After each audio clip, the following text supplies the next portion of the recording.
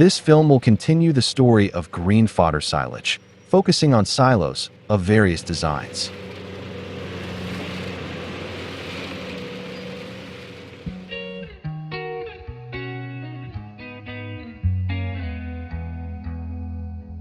The first green forage silo built in the United States has long been a subject of debate. Levi Gilbert's silo, built in Wisconsin in 1877 and consisting of a dug pit silo 23 feet by 12 feet by 6 feet with slightly sloping sides, was once believed to be the first silo in America. This claim was soon refuted by Eastern writers who contended that the silo of J.M. Bailey of Billerica, Massachusetts, was the first silo. Historically, both claims were refuted when the Country Gentleman newspaper reported in 1881 that a German farmer at Troy, New York, had built a silo in 1865. It was a stone construction measuring 23 feet by 30 feet by 8 feet. The report stated that it had been filled only once because the owner was not satisfied with the results. Meanwhile, the American Society of Agricultural and Biological Engineers, which has been selecting and recognizing historic developments in agricultural and biological engineering in the United States, credits Fred L. Hatch of Spring Grove, Illinois, with building the first recorded silo in America in 1873. Hatch was a student at the University of Illinois from 1870 to 1873, where he read translations of French and German pamphlets on feeding green crop silage that had been preserved in pit silos. Hatch dug an 8-foot pit inside his barn and lined it with stone and mortar.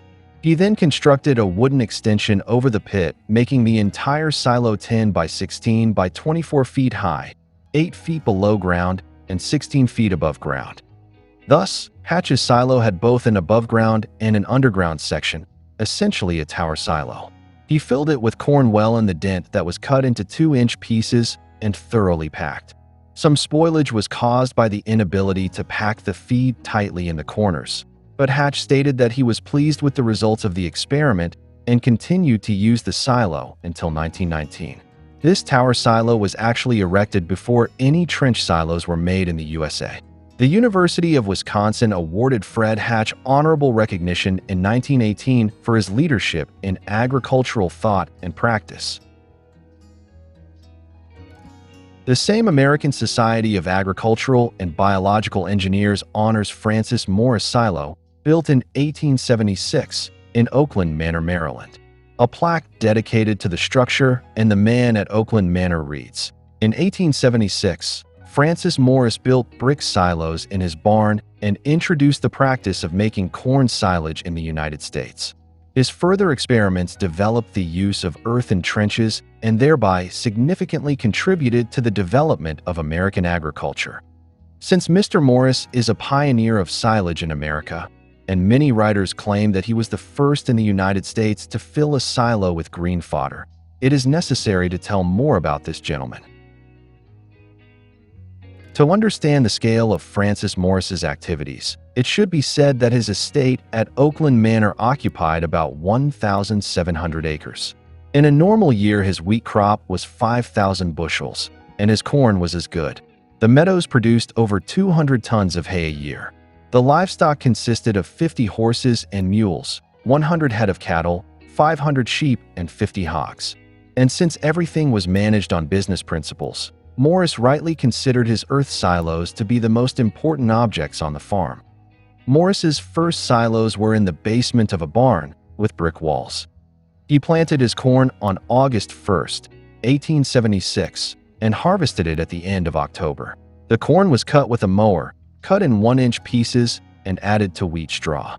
Morris then filled 3 silos, each 10 feet deep, 4 feet wide, and 25 feet long. The corn was well packed by tramping and covered with boards and heavy stones. Later, the stones were removed and the boards covered with straw and a layer of clay. The following year, he dug a trench in the sloping ground so that a cart could be driven into the lower end to transport the silage to the feeder. The walls are sloping and the average depth was not more than 6 feet. This trench was filled in 1877. Over time, Mr. Morris had several silos in different places for ease of filling. He used a large forage cutter driven by a steam engine and horses to tamp the chops. The silos were covered first with roofing felt, then with earth to make them heavier. While the list of American silage pioneers goes on, they were all active in the latter half of the 19th century. There is little historical evidence of silage use in America before this period. An 1847 issue of the Ohio Cultivator described the natural fermentation of cattle feed in silos developed in Germany. There were other articles about the ensiling process in Europe, which apparently went unnoticed by most American farmers, but must have existed on a small scale or at least been known to newly arrived European immigrants. So if we are looking for the origins of silage, we must look overseas. But even there, it will not be easy to determine the name of the discoverer of silage feed, since this issue goes far back into the past. The ancient practice of using pits to store agricultural products, especially grain, is thousands of years old. This is understandable, because back in 3500 BC sheep and cattle were domesticated, and this required the development of methods for storing grain for food, fodder, and future harvests. Apparently, the most ancient silos include round stone structures for storing grain which were discovered during the Syro-Palestinian excavations. These structures date back to 1850 to 1750 BC. Structures in the form of towers, pits, or caves for storing grain were also used in ancient Egypt, Greece, Rome, and other places, and they gave good results. For example, in France, grain was found that retained its quality after 235 years of storage in a silo.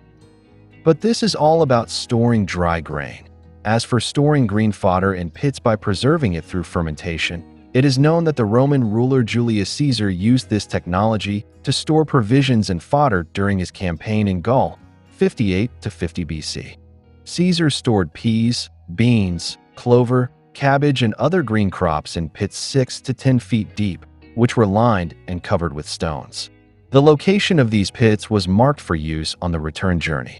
A year later, the pits were opened and the Roman soldiers and their horses were provided with food.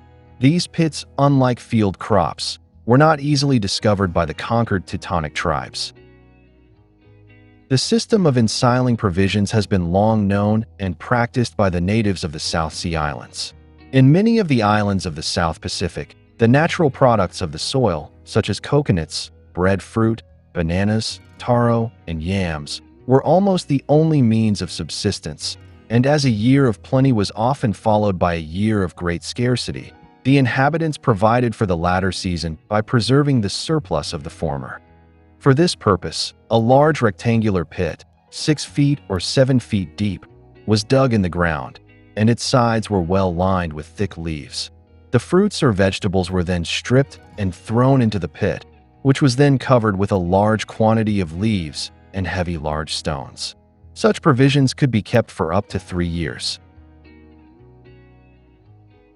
Though other examples of green silage being used in these ancient times can be found, it should be noted that examples of its systematic use remained unnoticed until the end of the 18th century. In 1786, the English professor John Symonds published his observations on the use of leaves in feeding cattle in Italy. Symonds observed the practice of storing leaves in pits covered with a layer of straw and then a layer of soil. In the early 19th century, a German named Klappmeier described a method of fermenting green fodder and thereby producing a so-called brown hay. And with some amount of variation, the process of pitting green crops was used in many parts of Germany, Austria, and Hungary as a means of making sauerfutter, or Wieselat, cattle salad. The Englishman Johnston describes the process of making brown hay in an article published in the Translations of the Highland and Agricultural Society in 1843. In particular, the method of preserving clover by the aid of a little salt, tried in Germany. Here is an excerpt from the article. Pits are dug in the earth, 10 feet by 12 feet and of the same depth. These are lined with wood and puddled below and at the sides with clay.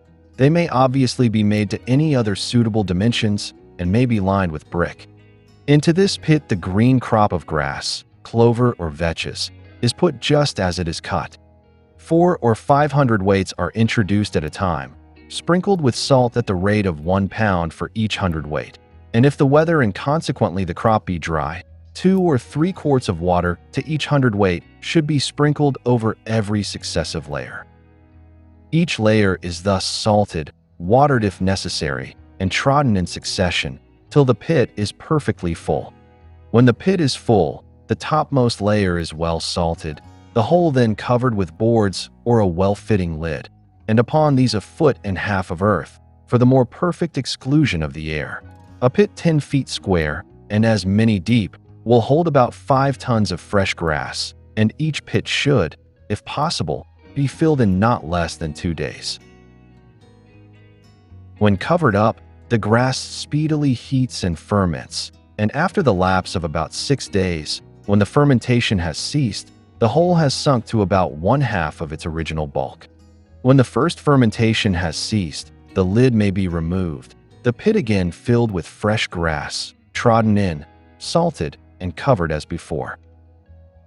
A pit 10 feet square, when perfectly full of this fermented grass, will contain nearly 10 tons. The pits should be kept covered for at least 6 weeks. The grass, when thus fermented, has the appearance of having been boiled, has a sharp acid taste, and is greedily eaten by the cattle. Of the feeding qualities of this salted fodder, one experimenter says that by giving only 20 pounds a day of it along with chopped straw, he kept his cows in condition during the whole winter. Although experiments with corn ensilage were being conducted in England and France, the credit for this belongs more than anyone to Herr Adolf Reihlen, a German sugar manufacturer and refiner. Reihlen had demonstrated the economy of the process of ensilage of beet leaves, beetroot pulp, and maize on an extensive scale. Reihlen had lived in the United States for several years, and on his return to Germany, began the cultivation of corn despite the short growing season of the local climate. In 1856, an early frost injured his crop. Wishing to preserve it if possible, he dug trenches and filled them with uncut green stalks and covered them with a layer of soil. To his surprise, when opening the trenches several months later, the corn stalks were well preserved and readily eaten by his cattle. Reihlen then began a series of experiments with corn ensilage in various stages of ripeness, with stalks and ears together and separately, and also mixed with beetroot pulp. By 1870, he was preserving corn in trench silos 10 feet deep and 15 feet wide, with an aggregate length of 3,200 feet. When the growing season permitted the corn to mature, Reihlen harvested the grain and cut the stalks for silage. During the short growing seasons, he cut the entire green crop for silage. In 1852, based on the experience of his predecessors, the French gentleman farmer Auguste Goffart, from the castle of Button, Warwickshire, began his experiments with ensiling green fodder. But Goffart found their first results far from as satisfactory as he had hoped. He began to develop his own methods and little by little brought his method of preserving green crops to a significantly improved, if not perfect, state. For his successes in this field, Monsieur Auguste Goffart was called the father of the process that became known as ensiling. Goffart started with small silos, each holding less than 3 cubic yards, which were conversions of old cart sheds into silos.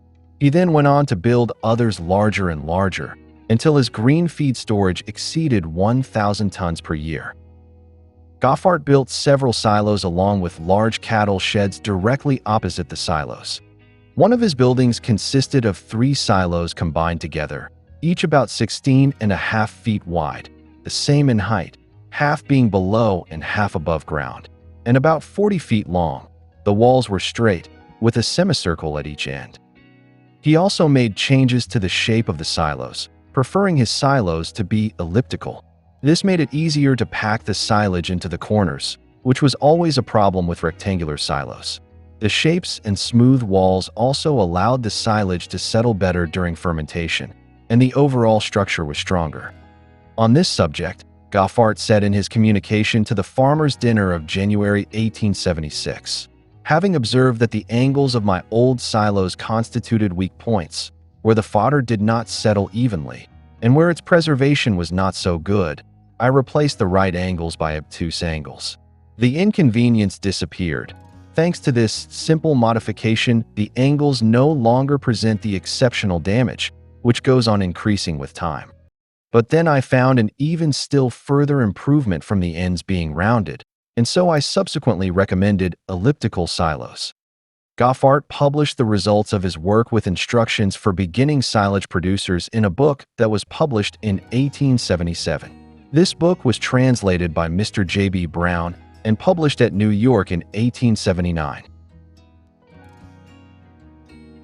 In the next part of this story, we will look at some more early European silo designs, learn what crops were preferred by the pioneers of silage, and also return to the United States, where the silage system was developing at a rapid pace.